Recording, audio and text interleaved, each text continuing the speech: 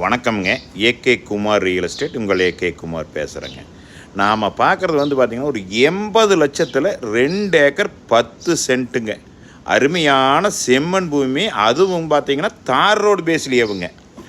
இந்த மாதிரி 2 acre 10 cent 80 லட்ச ரூபா பட்ஜெட்டில் இந்த ஏரியாவிலேயே கிடைக்காதுங்க. இந்த மாதிரி பூமியெல்லாம் உடனடியாக சேல் ஆயிருங்க.